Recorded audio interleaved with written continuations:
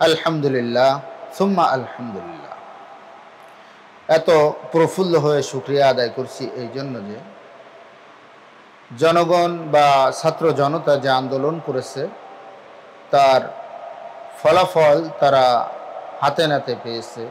আওয়ামী লীগ নিষিদ্ধ হওয়ার খুশিতে আওয়ামী লীগের সমস্ত, আসলে আওয়ামী লীগ নিষিদ্ধ না, আওয়ামী লীগের কার্যক্রমগুলো নিষিদ্ধ হওয়ার কারণে সারা বাংলাদেশের মানুষ আজকে খুশিতে উৎফুল্ল।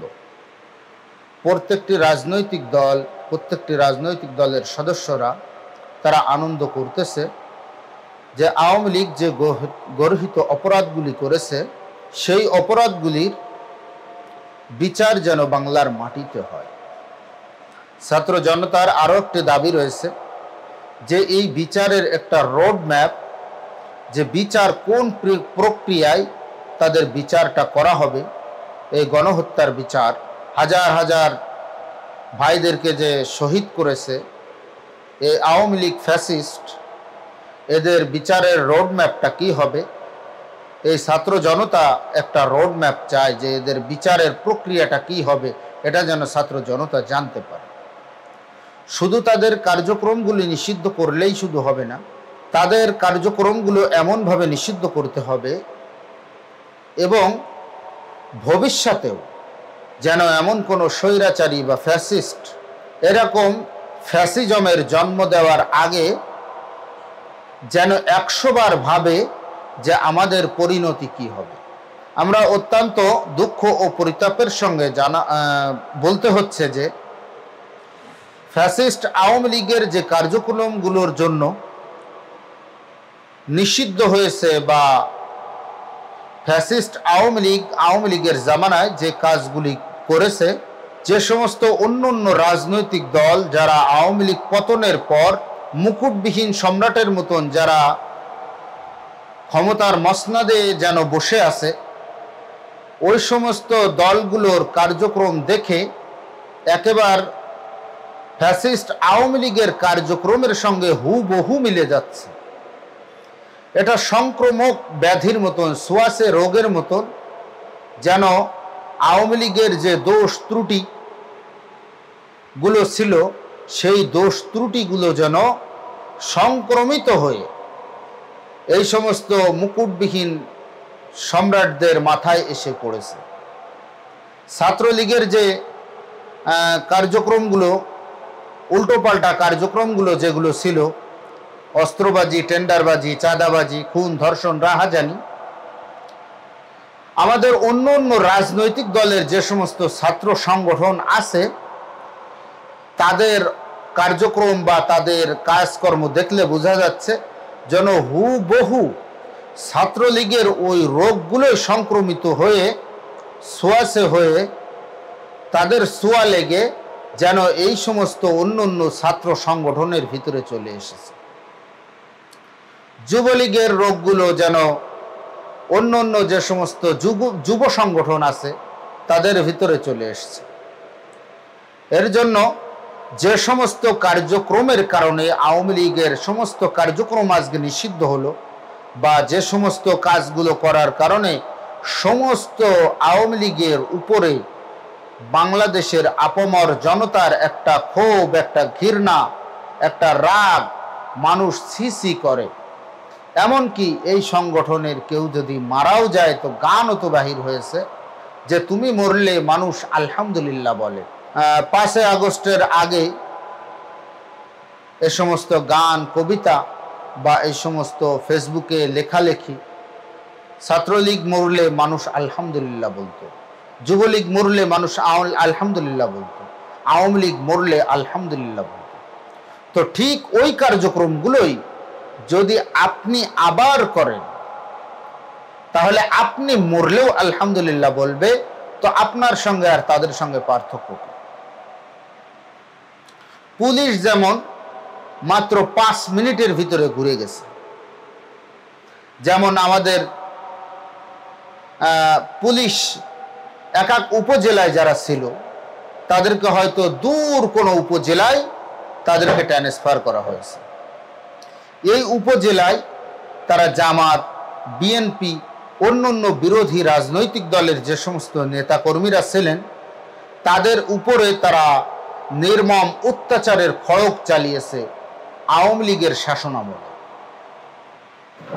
কিন্তু ক্ষমতার পরিবর্তন হওয়ার সঙ্গে সঙ্গে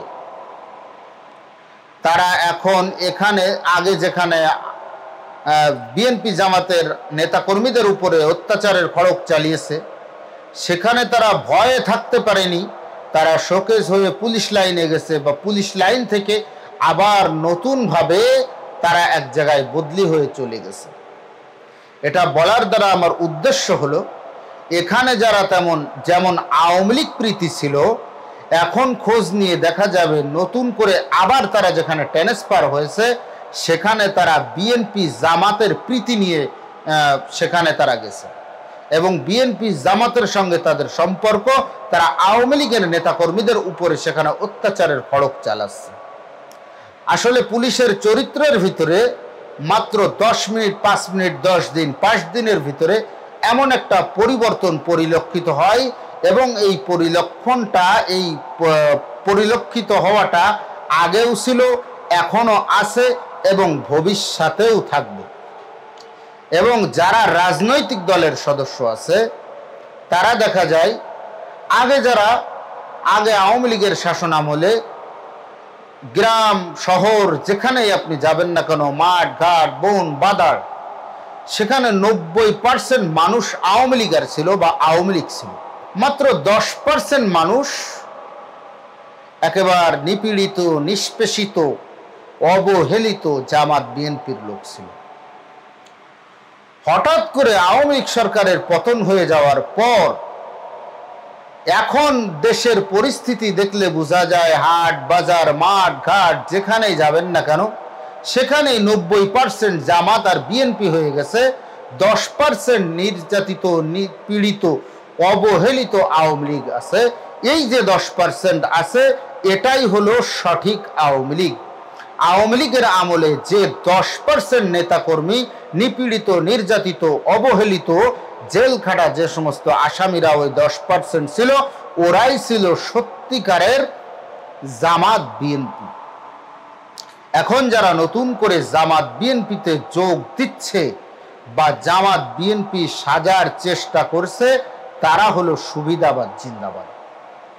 এখন যেমন তারা জামাত বিএনপিতে যোগ দিয়ে জামাত বিএনপি হওয়ার একটা ভাব দেখাচ্ছে, আবার যদি আজকে ক্ষমতার পরিবর্তন হয়ে কালকে আওয়ামী লীগ আসে ওরা আবার আওয়ামী লীগ হওয়ার ভাব দেখাবে। আসলে সবাই এরকম, সবাই যে অত্যাচার করছে এর ভিতরে যে সবাই খারাপ তা না, অনেকেই রাজনৈতিক প্রতিহিংসার শিকার যেন না হয়, জুলুম নির্যাতনের শিকার যেন না হয় এর জন্য উপর গান গাচ্ছে। আসলে বাস্তবিক পক্ষে এরা আওয়ামী লীগও না, এরা বিএনপিও না, এরা জামাতও না, এরা সাধারণ জনগণ। কিন্তু আওয়ামী লীগের ক্ষমতা শাসন আমলে যেমন ভোল পাল্টিয়ে তাদেরকে আওয়ামী লীগ সাজতে হয় আওয়ামী লীগের হাত থেকে বাঁচার জন্য, বিএনপি জামাতের শাসন আমলে তাদের ভোল পাল্টিয়ে বিএনপি জামাত হতে হয় বিএনপি জামাতের হাত থেকে নির্যাতন থেকে বাঁচার জন্য। কিন্তু আসলে সাধারণ মানুষ যারা রাজনীতির সঙ্গে সম্পৃক্ত নয় তারা আসলে কেউ মনে প্রাণে আওয়ামী লীগও নয়, মনে প্রাণ বিএনপিও নয়, মনে প্রাণ জামাতও নয়।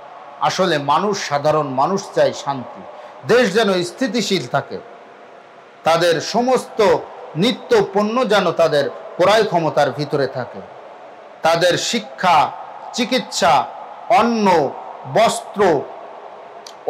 বস্ত্র খাদ্য চিকিৎসা শিক্ষা এই 5টি মৌলিক অধিকার যেন তারা সঠিকভাবে পায়।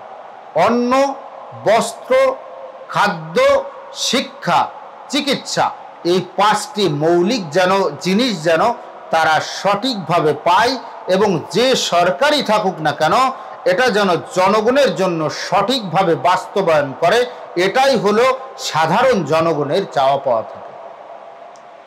আর নেতাকর্মীদের চাওয়া পাওয়া থাকে, যারা আওয়ামী লীগের নেতাকর্মী তারা চিন্তা করে আওয়ামী লীগ যখন আসে তখন জম খাওয়া খাবো, বিএনপি জামাত আসলে বনে জঙ্গলে পালিয়ে বেড়াবো। যারা বিএনপি জামাত করে, এরা চিন্তা করে বিএনপি জামাত যখন ক্ষমতায় আসবে তখন আমরা জম খাওয়া খাবো, আর আওয়ামী লীগ যখন আসবে তখন বনে জঙ্গলে পালিয়ে বেড়াবো। তারা তাদের জীবনের জন্য ডিসাইড করেই নিয়েছে এখন আমাদের শান্তি, আমরা যখন বিরোধী দলে চলে যাব তখন অশান্তি। ওরাও ডিসাইড করে নিয়েছে এখন আমাদের শান্তি, বিরোধী দলে চলে গেলে অশান্তি। সাধারণ জনগণ চিন্তা করে যে আমরা বিরোধী দল আসুক, সরকার দল আসুক, আওয়ামী লীগ আসুক, জামাত আসুক, বিএনপি আসুক, জাতীয় পার্টি আসুক, যেই আসুক না কেন, আমরা যেন আমাদের 5টি ন্যায্য অধিকার, মৌলিক অধিকার আমরা যেন সঠিকভাবে পাই, আমাদের পরে যেন কোনো অত্যাচারীর অত্যাচার আমাদের উপরে প্রয়োগ না হয়, অত্যাচারের খড়গ যেন আমাদের উপরে না চলে, এটাই হলো সাধারণ জনগণের চাওয়া। এর জন্য পরিশেষে আমি বলতে চাই, যে সমস্ত অপরাধের কারণে, যে সমস্ত অপরাধ সংগঠিত হওয়ার কারণে আওয়ামী লীগের সমস্ত কার্যক্রম নিষিদ্ধ হয়ে গেল, আমার বিএনপির ভাইরা, জামাতের ভাইরা, জাতীয় পার্টির ভাইরা, এনসিপির ভাইরা, ইসলামী আন্দোলন ভাইরা, অন্য অন্য যত রাজনৈতিক দল আছেন সবার কাছে আমি অনুরোধ জানাবো, আপনারাও ফ্যাসিস্ট আওয়ামী লীগের উত্থান পতনের দিকে তাকিয়ে আপনারাও এর থেকে শিক্ষা গ্রহণ করে যেন আপনাদের নিজের জীবনটাকে সুন্দর করতে পারেন এবং দেশের জন্য সেবামূলক রাজনীতি যারা করতেছেন, দেশের জন্য যেন, দেশের জনগণের জন্য যেন কাজ করতে পারেন, এর দিকে তাকিয়ে আপনারাও যেন জালেমের খাতায় নাম লেখায়েন না, এর জন্য আপনাদের কাছে আবেদন জানাই। আজকে যেমন আওয়ামী লীগের কার্যক্রম নিষিদ্ধ হলো, এমন যেন না হয় যে সামনে আপনাদের কার্যক্রম নিষিদ্ধ করার জন্য আবার আমাদেরকে আন্দোলনে নামতে হয়। ছাত্র আন্দোলন কত শক্ত জিনিস, ছাত্র আন্দোলন কি পারে এটা কিন্তু ছাত্ররা দেখিয়ে দিয়েছে যুগে যুগে। এরশাদের পতন হয়েছে ছাত্র আন্দোলনের কারণে, শেখ হাসিনার পতন হলো ছাত্র আন্দোলনের কারণে।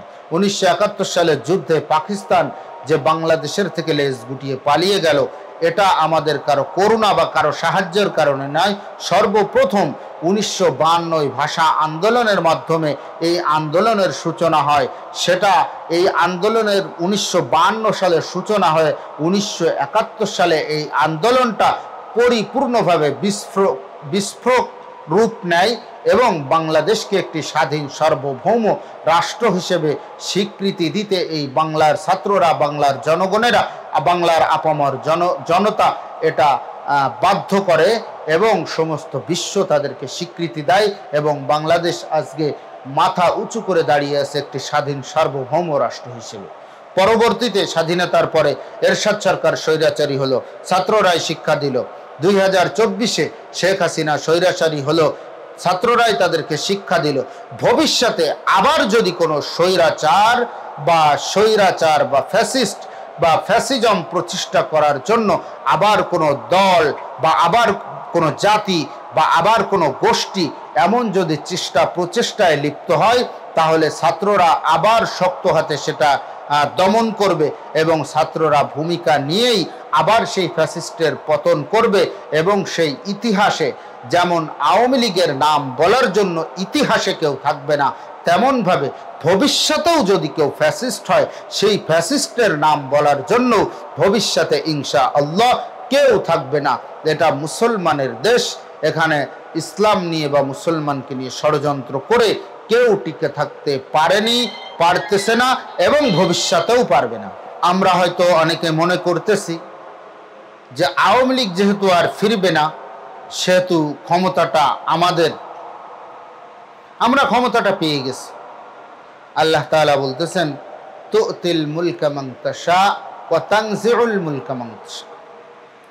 যাকে ইচ্ছা ক্ষমতা দেই, যাকে ইচ্ছা যার থেকে ইচ্ছা ক্ষমতা ছিনায় নেই। তুমি এখন আওয়ামী লীগ এক সময় মনে করতো বাংলাদেশের 90-95% মানুষ তাদের সাথে আছে, তাদেরকে কে কি করবে, কিন্তু আসলে সাথে তো তাদের ছিল না। তাদের সাথে ছিল মাত্র হাতে গোনা 20-25% মানুষ। মনে রাখবেন, আপনারা যারা এখন মনে করতেছেন আপনাদের পিছনে 90% মানুষের সমর্থন আছে, আপনাদেরও মাত্র 20 থেকে 25% সমর্থন আছে।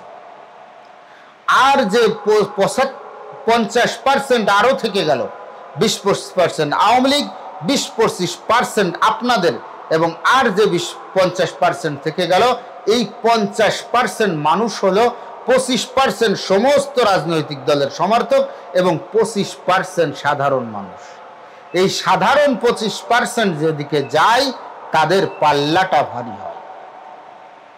এই সাধারণ 25% যার পক্ষ থেকে সরে যায় সে ধ্বংস হয়ে যায়।